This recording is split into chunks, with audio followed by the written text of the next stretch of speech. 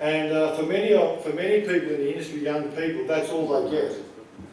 So they become chefs because they're not academics, a lot of them. They have a passion for food, they get a job, they do the bare minimum they can at a culinary school, do a bit of chop in the kitchen and become a chef. That's the basics of what a chef is at an early stage. So you can imagine that chef then working in a small bistro, maybe the Luna Bistro, or maybe not, for 5 years or so. But what have they learned?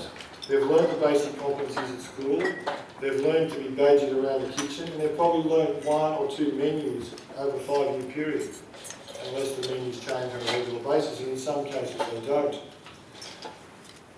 Now, let's be serious. At the level we're talking about, there's not really many fine dining restaurants in Australia.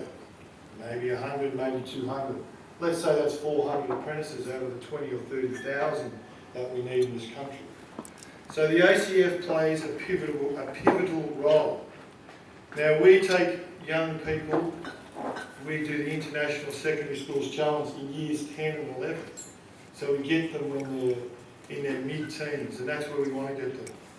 We have a program called Proud to be a Chef, which we do with one of our other partners, and that's a mentoring program. We take them through the National Apprentice Program, and then we have the Jewel in the Crown, the Nestle Golden Chef Summit for junior chefs. And what we then have, after putting all the kids through all these things, we have a better or a more highly culinary skilled group of individuals with disciplines and integrity that enable them to also pass knowledge on to the next group of young kids coming through, because it is an endless cycle. So, when I thought back, what does the ACF do for young chefs? There's lots that we do and lots of things that we play with that pass skills onto these kids that wouldn't normally have them. But then again, after watching Junior Master Chef on TV the other night, maybe we have to negotiate to do kindergarten chef or creche chef just to keep ahead. Now seriously though, just think what individual skills a young person learns and develops through these processes.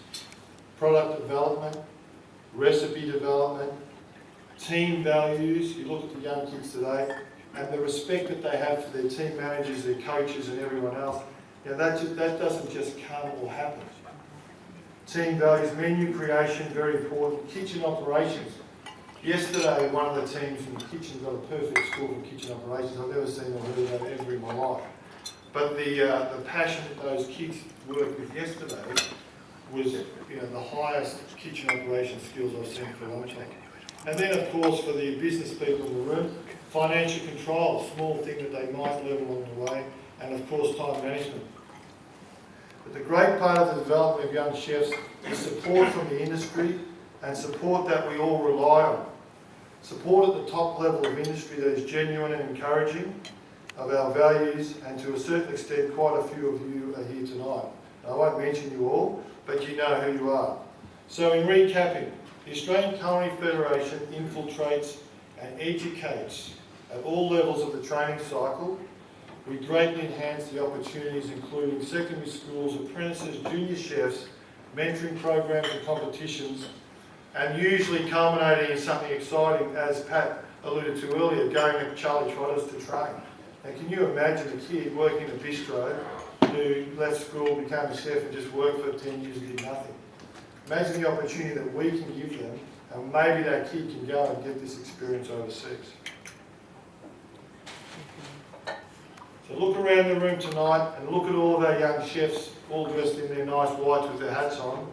They're the culmination of 90 teams of chefs around Australia who competed for this hat over there.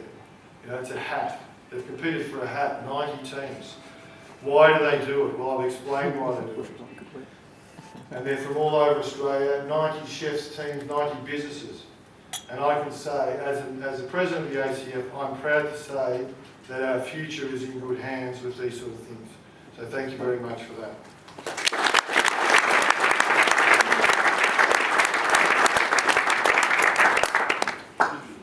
Okay, so as tonight is a celebration of good food, I'd like to invite everyone now to indulge in some of the sumptuous fare designed for us tonight by the new executive chef at the Siebel, David Albert.